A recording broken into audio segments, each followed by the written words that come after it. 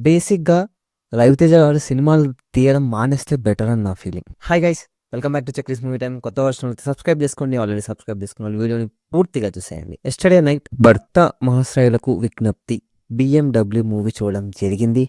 BMW ఎలా ఉందిరా అంటే సుజుకి ఆల్టో మాదిరి కూడా లేదండి మూవీ. బేసిక్‌గా 'రవితేజ' గారు సినిమాలు తీయడం మానేస్తే బెటర్ అని నా ఫీలింగ్. నాకీ ఈ సినిమా మీద ముందు నుంచే డౌట్ ఉంది. ఎప్పుడైతే 'రవితేజ' గారు ఈ మూవీ లైన్‌ని సజెస్ట్ చేశారు అని అన్నారో, అప్పుడే నేను అనుకున్నా ఖచ్చితంగా ఈ మూవీ ఎత్తిపోద్ది అని. అన్నకి బేసిక్‌గా యాక్టింగే మర్చిపోయినాడు. మళ్ళీ మూవీ లైన్ సజెషన్‌లు అవన్నీ అవసరమా అన్న జస్ట్ అడుగుతున్నా. ఇంకా మూవీ ఎలాగుందిరా అంటే పాత సినిమాలతో పోలిస్తే ఇది కొత్త లైను అంటున్నారు. కానీ కొత్త లైనే. కానీ అది ఒక చెత్త లైన్ అని నా ఫీలింగ్. అసలు మూవీలో ఒక ప్లాట్ ఉంటది. అంటే హీరో గారికి పెళ్ళైపోయి ఉంటది. కానీ ఇంకో అమ్మాయితో కమిట్ అయి ఉంటారు. అది ఎందుకు కమిట్ అయినారు? అసలు ఏ రీజన్స్ వల్ల కమిట్ అయినారు? అక్కడ ఏదన్నా అనుకోని పరిస్థితుల వల్ల కమిట్ అయినాడా? లేకపోతే ఏదన్నా లైక్ బెదిరించో సంథింగ్ ఏదో ఒకటి అక్కడ ఏదో ఒకటి జరిగి కమిట్ అయినాడా అని అనుకున్నా. కానీ ఇది అలా ఉండదండి. గట్టిగా మాట్లాడాలంటే కామంతో కమిట్ అయి ఉంటాడు అంతే. దాన్ని సర్ది చెప్పుకోవడానికి సినిమా మొత్తం లాగుతారు. మధ్యలో కామెడీ అంతా యాడ్ చేసి మళ్ళీ లాస్ట్‌లో జస్టిఫికేషన్ సీరియస్‌గా అదైతే వరస్ట్ జస్టిఫికేషన్ అండి. క్లైమాక్స్‌లో అయితే. క్లైమాక్స్‌లో కూడా అదే చెప్తారు. అసలు ఎందుకు చేసినావంటే మీరంత అందంగా ఉన్నారు. ఏ కామన్ మ్యాన్ అయినా ఆపుకోలేడు అన్నట్టే మాట్లాడతాడు.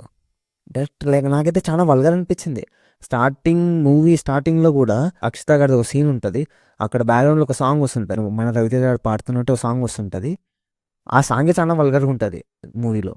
మళ్ళీ తర్వాత లాస్ట్‌లో క్లైమాక్స్‌లో కూడా అలాగే ఉంటది జస్టిఫికేషన్ కూడా. నాకసలు ఎక్కడ జస్టిఫికేషన్ వాలిడ్ అనిపియలేదు. మెయిన్‌గా సినిమా ప్లాటే నచ్చలేదు. ఇంకా కామెడీ విషయానికొస్తే కామెడీ విషయాలు కొన్ని చోట్ల బానే పండిందండి. 'వెన్నెల కిషోర్' గారి కామెడీ. కొన్ని చోట్ల బాగా వర్కౌట్ అయింది. కొన్ని చోట్ల వర్కౌట్ కాలేదు. బట్ చెప్తున్నానండి. ఇప్పుడు బేసిక్‌గా మీకు సినిమా ప్లాటే నచ్చినప్పుడు మీరు ఎన్ని పెట్టినా అది నచ్చదని నా ఫీలింగ్. దానికి తోడు మళ్ళీ సాంగ్స్ అండి. ఆ సాంగ్స్ అయితే అన్ని కట్టుపన్న సాంగ్స్ మాదిరే ఉంటాయి. ఆ సాంగ్స్ కూడా పెద్దగా ఏం వర్కౌట్ కాలేదు. ఏదో కావాలని మన 'రవితేజ' గారి మూవీలు అంటే కొన్ని మంచి మంచి సాంగ్స్ ఉండాలా అన్నట్టు పెట్టినట్టే ఉంటాయి సాంగ్స్. అంతకు మించి వేరే ఏది ఉండదు. ఇంకా 'రవితేజ' గారి కామెడీ టైమింగ్ కూడా కొన్ని చోట్ల బాగుంటది. కామెడీ పరంగా అయితే కొంత సాటిస్ఫై చేస్తది మూవీ ఖచ్చితంగా. కానీ స్టోరీ పరంగా నన్ను అస్సలు సాటిస్ఫై చేయలేదు మూవీ. నన్ను అడిగితే అప్పుడప్పుడు ఈ మధ్య కొంచెం వల్గారిటీ ఎక్కువైపోయిందేమో అనిపిస్తుంది 'రవితేజ' గారి మూవీస్‌లో. చెప్పాలనుకున్న పాయింటే ఫస్ట్ వరస్ట్.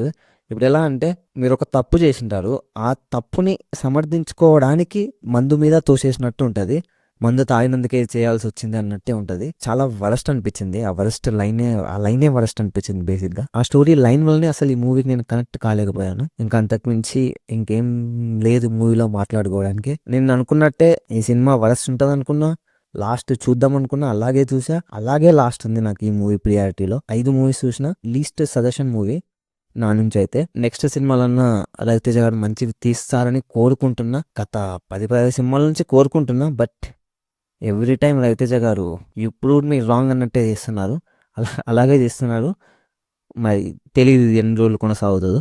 చూద్దాం. That's it guys. మీరు ఈ సినిమా చూసింటే మీకు ఎలా అనిపించిందో ఖచ్చితంగా కామెంట్‌లో మెన్షన్ చేయండి. అలాగే నా వీడియో నచ్చినట్లయితే మీరు లైక్ చేయండి, సబ్స్క్రైబ్ చేయండి, కామెంట్ చేయండి. టాటా బాయ్.